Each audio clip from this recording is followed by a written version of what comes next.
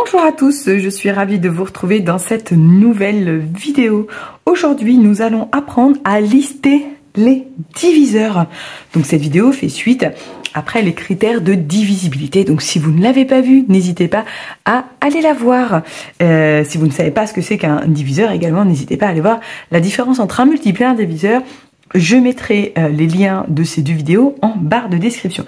D'ailleurs, si vous souhaitez avoir d'autres contenus, eh bien, avoir les notifications, n'hésitez pas à activer la chaîne et à vous abonner pour suivre les vidéos que je sors chaque semaine. En ce moment, j'en sors 3 par semaine puisque nous sommes au mois de septembre, la rentrée à reprise, et donc j'essaie d'être studieuse et d'être organisée.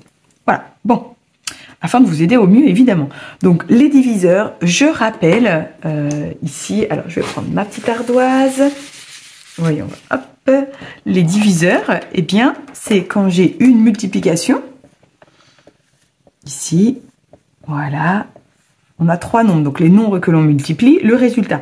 Là, c'est le multiple, diviseur, diviseur.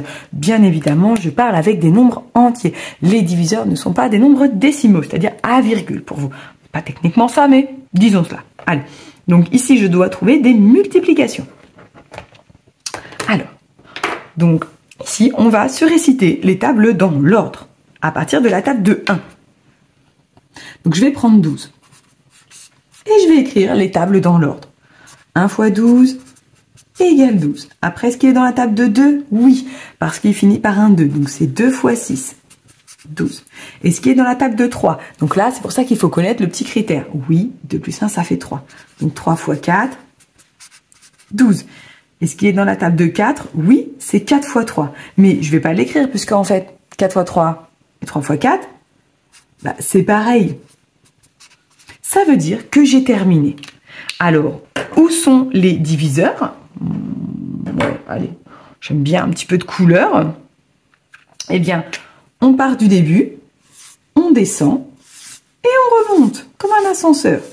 Voilà, 12 à 6 diviseurs. Pardon. Donc on écrit la liste des diviseurs de 12.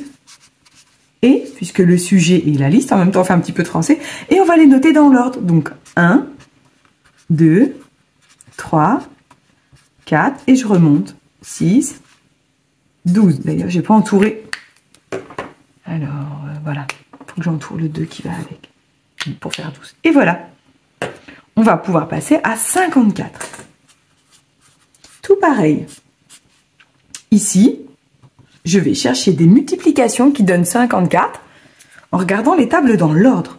Donc, 1 fois 54 égale 54. Ensuite, est-ce qu'il est dans la table de 2? Oui, parce qu'il finit par un 4. Donc, c'est 2 fois 27.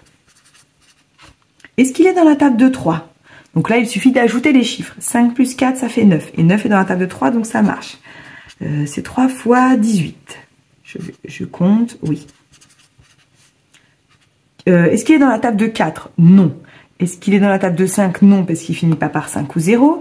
Est-ce qu'il est dans la table de 6? Oui, c'est 6 fois 9. Est-ce qu'il est dans la table de 7? Non. Donc, vous voyez, il faut connaître ces tables par cœur. Est-ce qu'il est dans la table de 8? Non. Est-ce qu'il est dans la table de 9? Oui. Ah, mais 9, je l'ai déjà écrit. Vous voyez, je l'écris à côté. Donc, mince. Donc, je m'arrête. Les diviseurs, dans l'ordre, sont ici. Hop, je vais à côté et je remonte. Voilà. Donc, là, je pourrais écrire la liste 1. On va changer de phrase. Les diviseurs, plus courte, de 54 sont. Parce que là, le sujet, c'est les diviseurs. La fille qui n'est pas casse-pied, un coup c'est et, un coup c'est son. Allez, on y va. On les met dans le 1, 2, 3, 6. Je vais à côté et je remonte. 9, 18, 27, 54. Et ben voilà. Nous allons faire le dernier exemple. Allez, je vais peut-être tirer un trait.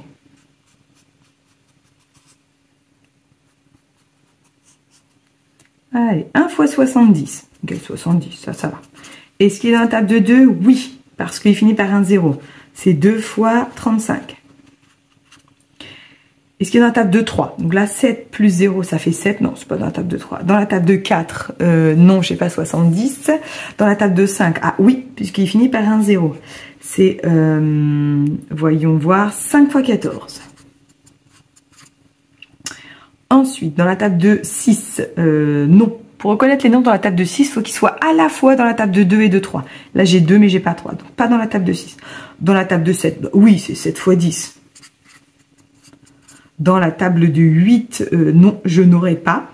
Dans la table de 9, 7 plus 0, ça fait 7, donc il n'y a pas. Dans la table de 8, non, il n'y a pas. Et dans la table de 9, 7 plus 0, ça fait 7. Donc ça ne fait pas 9, donc c'est pas dans la table de 9. Et dans la table de 10, oui, c'est 10 fois 7, mais je l'ai déjà écrit à l'envers. Vous voyez, donc j'ai écrit à côté pour dire je m'arrête. Et ben voilà, je les ai les diviseurs. Ici. Ils sont là. Et je remonte. Voilà. Je ne sais pas si vous voyez, je vais juste vérifier pour la vidéo. Voilà, la vidéo a été coupée, donc là j'ai listé en fait les diviseurs en prenant les tables dans l'ordre, et donc je vais pouvoir écrire que les diviseurs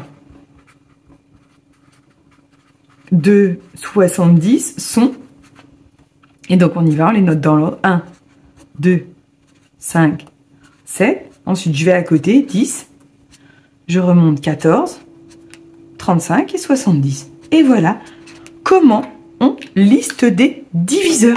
Voilà, cette vidéo peut être visionnée également par des élèves de 4e ou de 3e, puisqu'on liste les diviseurs également en 4e et en 3e, parce que parfois on a des petites questions au brevet. Voilà, j'espère que vos enfants sauront maintenant lister les diviseurs et qui pourront ainsi réussir leur exercice et leur contrôle de mathématiques. Moi je vous laisse et je vous retrouve dans une prochaine vidéo. Ciao ciao.